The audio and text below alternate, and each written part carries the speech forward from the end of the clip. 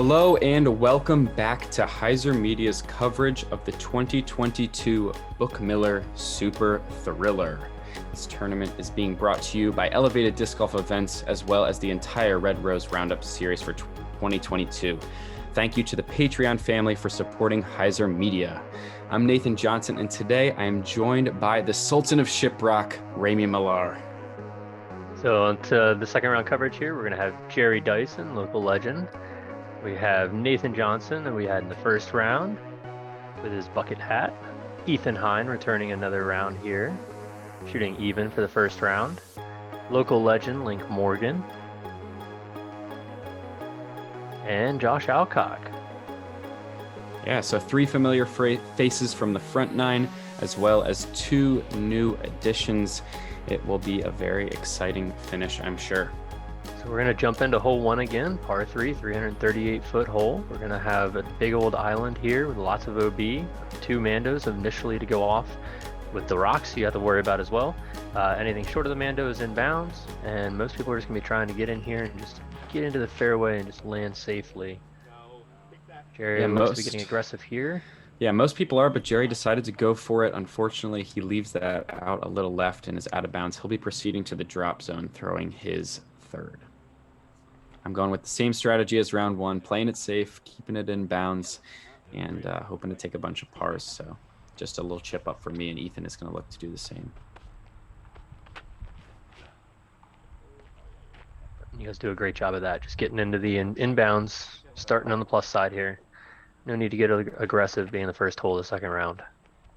Yep, yeah, you just want to kind of put it in that fat part of the fairway on the right side. Linc, he's trying to do the same thing, but just throws it a little bit too hard, a little too straight, and unfortunately he finds the out of bounds.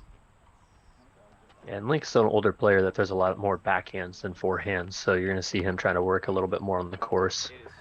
Yeah, and there's Josh's shot right there, which he pushes deep as well. It was too close to call, so we called him inbounds. Fortunate break for him. Jerry has a nice little upshot here, just trying to get up to the basket and limit the damage. Does a great job of that. Linc's going to look to do the same. Yeah, leaves it a little bit short, but luckily he does stay in bounds there.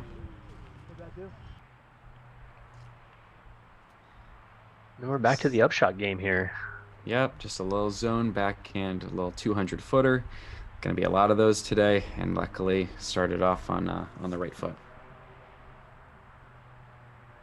Ethan looks like he's going to be throwing this one rather than trying to jump putt like earlier. Yep, he makes the adjustment after taking a bogey on this hole in the first round. Gives himself a little less stress on the 15-footer there. Josh with the fortunate inbounds has a nice little chip up. Yeah, he's able to capitalize. Nice little easy par there. Not a problem. Excellent putt from Linc there to limit that damage. Take the bogey there.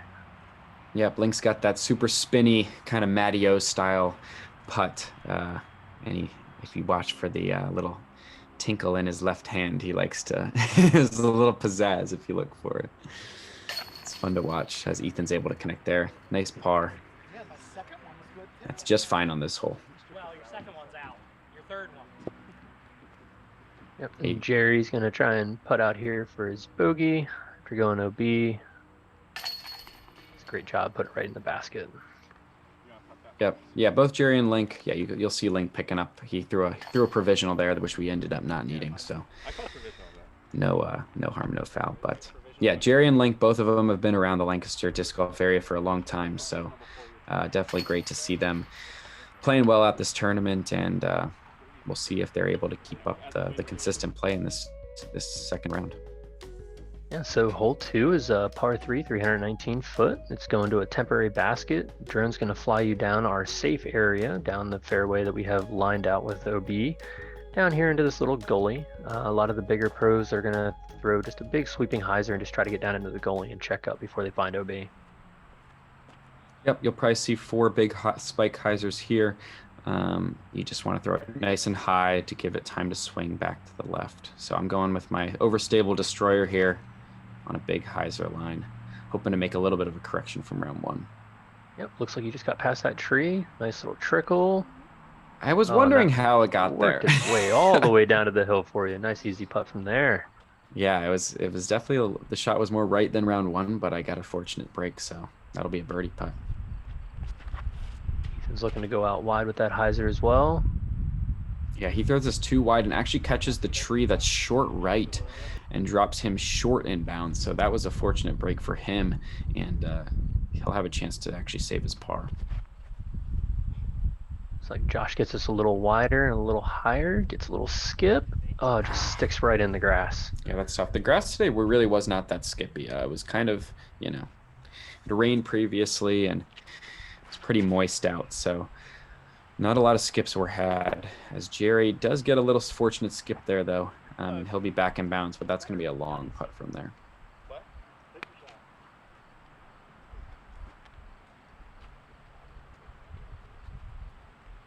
Here's Linc, also lining up that hyzer. This is good shot. Get down. Yeah, that's a birdie putt. So everybody's in bounds for this hole. Ethan's gonna just check up here and try to get next to the basket. Yep, fortunate break to stay in. He's looking to capitalize, and yeah, that's a very nice shot. Josh, he's got this kind of same putty out around one, little downhill, circle two putt. I just can't quite commit to it. Yeah, OB's real tight to the backside here. It's only 10 or 15 feet, so you really want to be careful about how you're running that basket. Yeah, especially with this veteran, if you hit off the top, it's like a, you know, it'll shoot you right in straight into that out of bounds. So the miss is definitely short, as Linc just kind of did there, but I'm sure he would have liked to get the birdie. Excellent birdie from you there. Did we miss Jerry's putt up here? Yeah, Jerry just laid it up. He was about probably 50, 60 feet, so. Just looking to get a par here. Oh, just low. Yeah, tough break from Josh. We saw first round, you know, Josh's putting was up and down, but for the most part, was able to find it there during the middle stretch. So let's see if he'll hopefully be able to rebound just like he did in the morning. Jerry stays clean there, just grabs himself a little par. Ethan's going to look to do the same here. And same with Linc. So relatively everybody's coming out pretty unscathed on this hole. And it really should be. There's not a lot of danger on this hole unless you don't get aggressive on the hyzer. Yeah, if you have the power, it should be par at worst for sure. So then hole 3 is a par 4, 430-foot hole. We have 2 Mandos and OB all over the place. So our first Mando is going to be coming up here on our right. We want to be left of this first tree. And then we have another Mando right here that we have to go right of. And then the basket's going to be tucked on the backside of this hillside, just between these 2 trees. So your initial goal, you're going to just look to chip a little hyzer up, maybe a little forehand play like you threw in the first round. A little hyzer, just dump it right into the center. Have a nice little access point to get down to the basket. Yep, there's no reason to try to bite off too much off of the tee here. You pretty much just want to put something in the middle of the fairway to set up your second shot.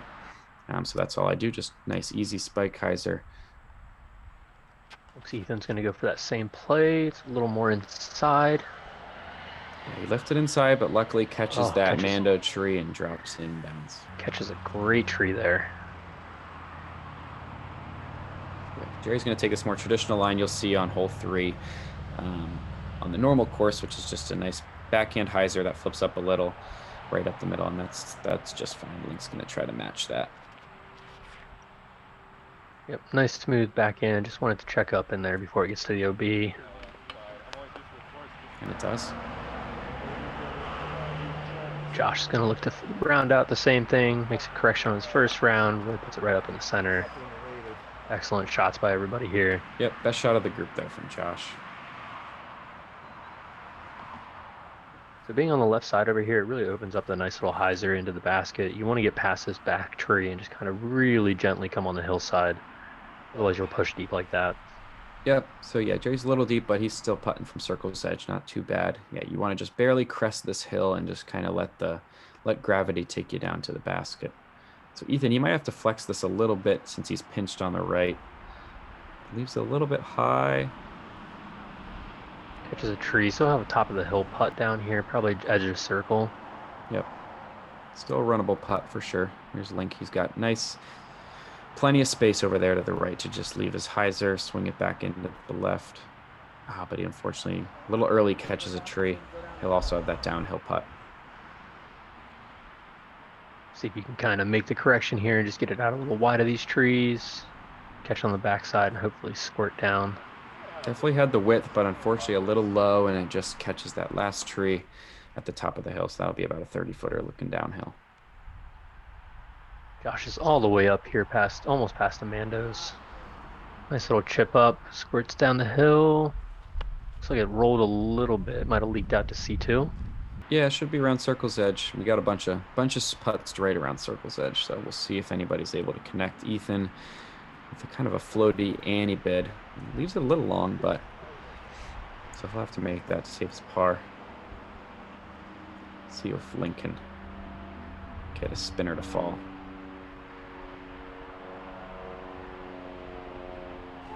Just a little low right. It's a very tough putt from being up on top of that hill. You're about 20 feet above the basket. Yeah, probably about a 35-footer looking downhill. Oh, and he puts it right on the stripe. Yeah, that one Needs felt where to really go. good. Nice momentum putt to take a 3-stroke lead on the card if Jerry isn't able to connect. So hoping to keep it rolling. Having a lead with all the OB around here has got to make it very stressful for the rest of the competitors on your card, knowing that they have to try and find birdies when there aren't a lot of them out here. Yeah, as Jerry, that's just a little high on his birdie luck. But yeah, like you said, this course is a lot harder when you have to push for birdies. You know, if you're able to play it safe and play for par and take your birdies where you can, as Ethan makes a nice par save, it's makes this course a lot easier, a lot less stressful. But if you have to push for birdies on holes like the next one in hole 5, it's definitely that's when the bogeys come into play. Josh makes a good cleanup putt there. Putter's just feeling a little off, but hopefully he can get that rectified here soon pretty quickly. Yeah, definitely nobody's out of it at this point. You know, there's still plenty of golf, still plenty of OB strokes to be found. So a 3-stroke lead can evaporate in literally one hole.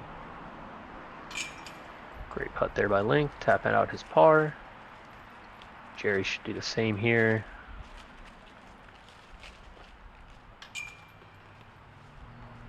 So not a lot of damage on that hole for everybody. Yeah. Hole 4 is a nice little island hole, 177-foot par 3 with a nice wall here and a very tight OB island. Goal is just to get it crest over top of this little wall and just check up really quickly and give yourself a putt. Yep, it's a stressful little shot. You can see the walls kind of falling down a little bit, which makes it a little less stressful. You kind of want to just push these branches on the right side, swing it back in. And that barely stays in. Yeah, just barely. I'm able to make the correction from round 1, and that should be a tap-in birdie. Ethan looks like he put a good line on this. Hopefully it checks up. And it does. It does, yep. He's also on that left side OB, just barely in bounds. Jerry will swing out wide as well, try to squeeze in between the trees, and he does that. Parks the basket. That's a great shot from Jerry. Using the ground play to slow down the disc, knowing that all those roots around the basket will. Oh, and Linc is going to go with a big spike hyzer. Landing on the green and rolling. Still rolling. Oh, and he settles down nicely 15 feet away. Yeah, that was a scary shot. Yeah, that was a journey for sure. And here's Josh. He leaves us a little wide. Oh, sit. Such a tough break off that backside tree and just barely trickles out of bounds. So he has to go to this drop zone.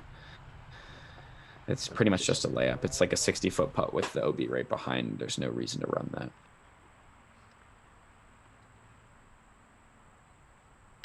Ethan with a good birdie putt here. And as you said in the first round, like this is one of those holes you're really looking to make sure that you get the birdie on, or at least no worse than take a par. Yeah, there's no excuses. Well, I mean, obviously there are tough breaks like we saw there from Josh, but you really want to put this one on the island. It's only 177 feet. It's like almost a jump putt. If you can jump putt farther than I can, then you can probably jump putt it onto this island, but pretty much a stock shot. So most of the MPO field here is really looking for a birdie, and 4 out of the 5 of us were able to execute their tough bogey for Josh, but he'll be looking to turn things around on hole 5.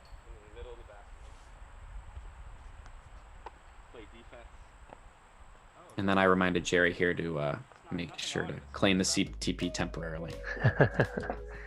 So hole 5 is par 3, 390-foot hole. It has a artificial river through the middle of it, lined by OB. A fairly large island to land on up here from the basket. You're going to see a lot of competitors who have a decent forehand really just use and utilize that forehand to get into the safe zone up on the hillside here and take all OB out of play. Some other people might be taking a little chip shot hyzers here like you're going to do and just put yourself in the safe zone and play nice and easy without any bogey strokes. Yep, we had a little more wind here than the morning, so definitely was not worth changing my strategy, so I'm just playing for the par again. Ethan, he is going to be going for it, though. He was a little low out of his hand in the first round. Looks like he gave us a little bit more height, so it might work its way back. And that's about 3 feet better than the morning, but 3 feet in the right direction, so he is in bounds. Jerry's predominantly a backhand player, so he's going to go turnover, and it looks like he's going to catch OB on the right side through that tree. Yeah, there was definitely a significant headwind for Jerry's drive. He threw that rive flat, and it just turned into an instant cut roller. So Linc's going to try to correct with a little more height, hopefully get a little fade, maybe get a kick out of the trees. And he's barely in bounds. You'll see his drive over there. It was not ideal, but did push to the island side of this hole. Josh doesn't quite get this turned over. See if it catches past the tree. Looks like he just came up short of the OB there. Yeah, didn't quite make it past. He's in that artificial river, and he's going to be throwing 3 from the short side. Nate's going to continue with his chip up and down, find the way to get a par. So he corrected a little bit on that earlier, not getting so wide, right up into the basket. Yep, that'll be a stress-free 10-footer. That's what we like to see. Jerry's going to look to do the same. Ooh, gets a little aggressive there, a little deep. He's going to have a putt, though, for his bogey. Yep, he got that backside tree to kind of give him a backstop, so he's still got a putt. Josh turns this over a little bit. It's going to be pushed in the backside tree and stairs. And sits. Oh, no. Yeah, that is a really tough break for Josh. Lands on the stairs, but just stands right up, rolls out of bounds, and that's going to be a big number coming up soon for Josh. Linc with a nice little spin approach to get up there. So he was right on the edge over there. Yeah, he barely crossed, so very fortunate for him, and he was able to capitalize. That'll be a nice, easy par. This is for birdie. Oh, what a bid from Ethan from down there. Yeah, he really gave that a good run. That'll be a par for him. This is... There's just nothing down there. Yeah, the ceiling's just way too low, so that's going to be a 6, I believe, for Josh. Jerry cleans up and limits the damage there. Just takes a bogey after going OB off the tee. Yep, that was a nice putt. See if Ethan can find his par here. Oh, just a little low. It's a low ceiling over there. It's really hard to punch it. And you're just chip par. That's the strategy. Nice and easy. Yep. Tough break for Josh, but we got a good bounce back hole coming up on 6. If he wants to get aggressive, Linc with a good par of his own, and unfortunately after that fortunate break on the drive to stay in bounds, Ethan's going to take a bogey.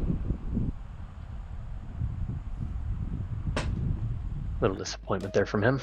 So hole 6 is a par 5, 679-foot hole. We go from hole 6 to 8's basket. Drone's going to fly you over here through the safe zone. A lot of pros are going to go for this wide hyzer over top of the road. If you get a skip off the road, it's going to give you a little extra momentum going forward to make this hole a little bit shorter for you.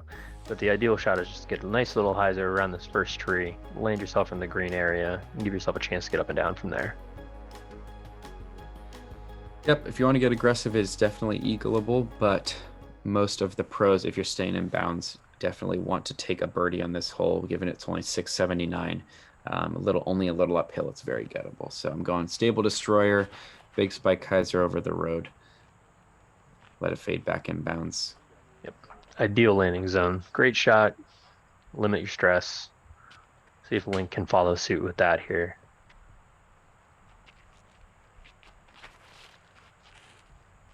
Swings it out kind of wide, but it looks like it's got a nice skip back into the fairway. Yep, The that'll ideal play position just for fine. him. Yep.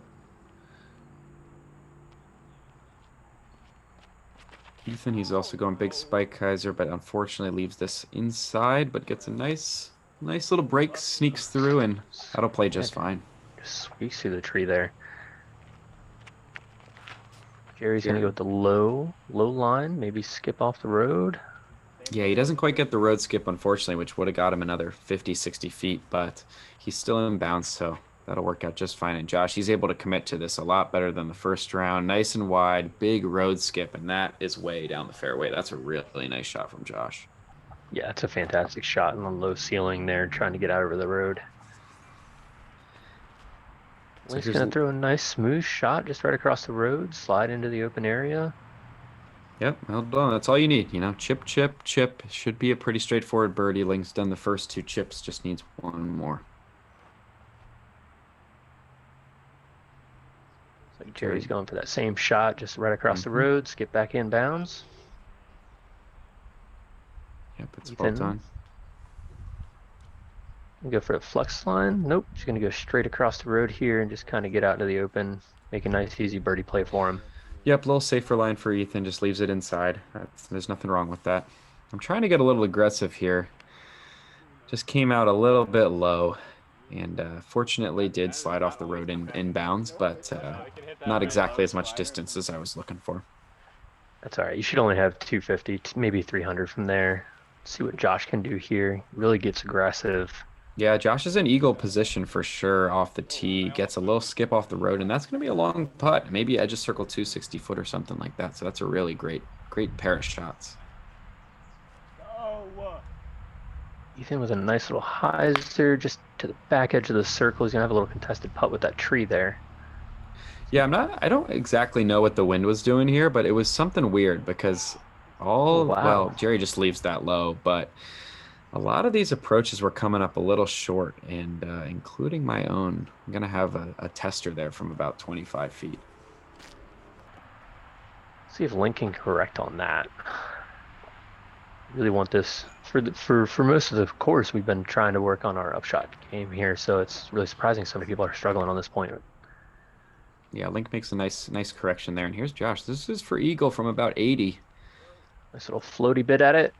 Yeah, just found the basket. Didn't quite give it a chance, but that's a tap and par, or birdie, I should say, and he'll definitely take that after the last hole. Jerry gets aggressive with a big turnover putt. It was a good bit from Jerry. With this one tree is the only thing in the way, really, and Ethan now has it in his way as he goes for it just a little high left and chains out. Good effort. Giving your first tester putt of the round. Oh, and he catches the band and falls down like an elevator. Let's go. Yeah, fortunate little break there.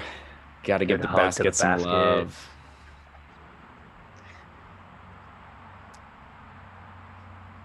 Here's Linc. Nice little birdie for him. And that's really what you're looking for. A nice, easy birdie, less stress. Feeling taken apart here is really painful, and that is going to hurt even more. Yeah, that is a tough for Jerry. Maybe a little lapse of focus. It's going to be a very unfortunate bogey as Josh taps in his birdie. Get him back moving in the right direction. Yeah, it's got to feel good for Josh to get a birdie right after that triple bogey. So hole 7's a par 4, 523-foot hole. A lot of the field's going to go out here around the left side of this tree and just try to center themselves in the fairway. There is OB on both sides of the fairway here. Going all the way up here until you see this first basket, and that's where the OB is going to end. We're going to be going to the third basket here, all the way out into the meadow, so we're not going to be playing these first 2 baskets at all. So your first shot, just get into the fairway, give yourself a chance to get down here. Try to find a squeaky little hole to get through with your disc. Yeah, you could go aggressive down the right side of this fairway off the tee if you wanted, but with that tight OB, most of the pros are just going to lay up something like this, chip a forehand, put it in the middle, and then get aggressive on your second shot. Definitely an ideal shot here. I'm just going to go with that little hyzer that I tried to go first round. Does a great job of getting to the left side, which really looking forward there. Yep, Josh, he likes the forehand line. He threw it pretty well last round. He's looking to do that again. Honestly, gets a little more aggressive too, and he's in a great spot. Ethan's going to go back to that forehand like he did in the first round. Hopefully he can just swing it in a little inside of the tree. Yeah, Looks like he just wanted to get into the fairway on that one.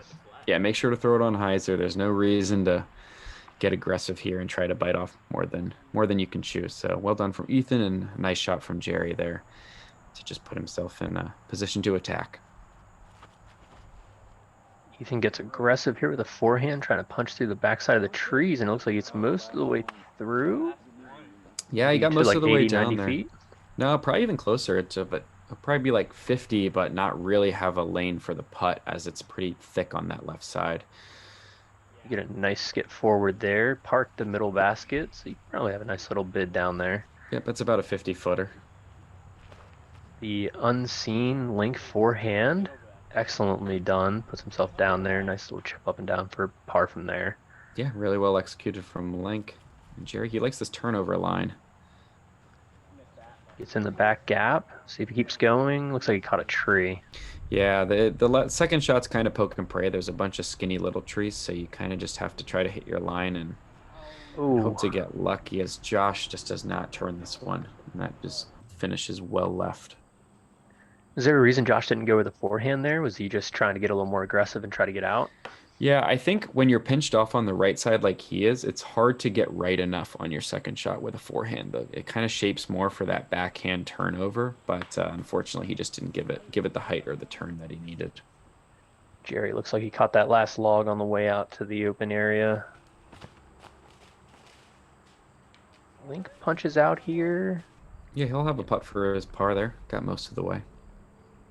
Josh is going to lay up and get his bogey. Yep, tough break after the great drive, but able to limit the damage to just a single bogey. This is Ethan for actually a birdie.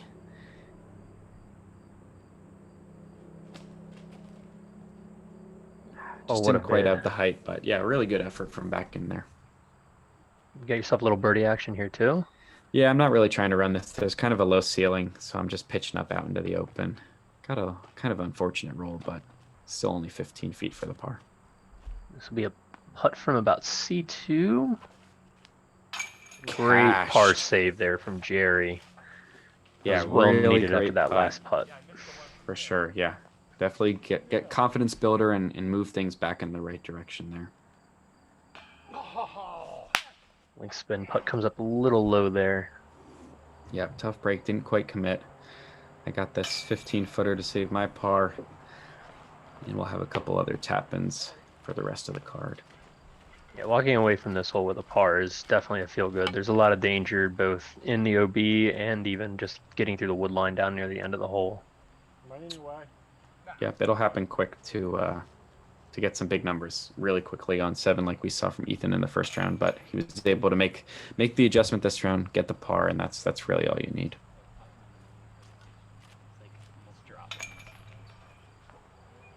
Tough bogey after that nice birdie that Josh had. Yeah, you hear that comment from Jerry. Unfortunately, their card in the morning played hole 8 from the wrong tee. So they ended up carding practice strokes for all 5 of them and took a 1-stroke penalty on that one. So we made the adjustment this round and played from the right tee pad. Excellent. And the reason they did not do a misplay is because nobody actually took their second shot. So everybody only took 1 shot. So they were only taking a practice throw for those holes. So this is hole 8. Nice little forehand turnover for you. You're probably going to look to do the same thing with that zone or that A2 and just drift it over and get on the backside of that tree. And it looks like you've done the exact same thing as the first round.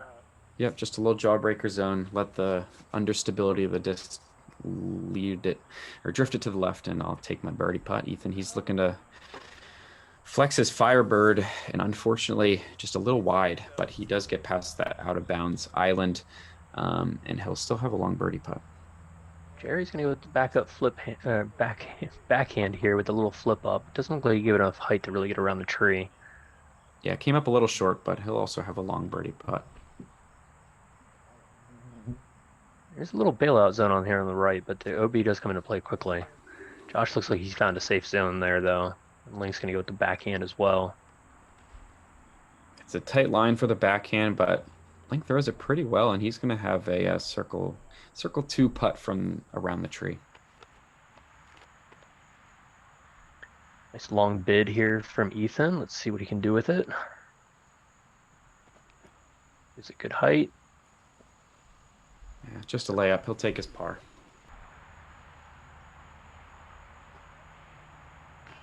Oh, Jerry, all over the basket now. Yeah, our card's starting to find some rhythm on the putting green, catching a lot of metal, but we'll see if anybody's able to knock one down, as Josh doesn't want any part of that, just a layup. He'll take his par. Here's Linc trying to bend it around the tree. And he catches it, unfortunately. So Nate's going to try and grab another stroke on the card here. Puts it right on the post. Excellent birdie there from you, sir. Yep, really happy to get this hole both rounds. I feel like it suits my game pretty well with that turnover forehand. So definitely, yeah, like I said, happy to go 2 under on the day. So the rest of the cards going to tap out their pars here. So now you've kind of pushed your lead really quietly up to 6 strokes on the nearest competitor here.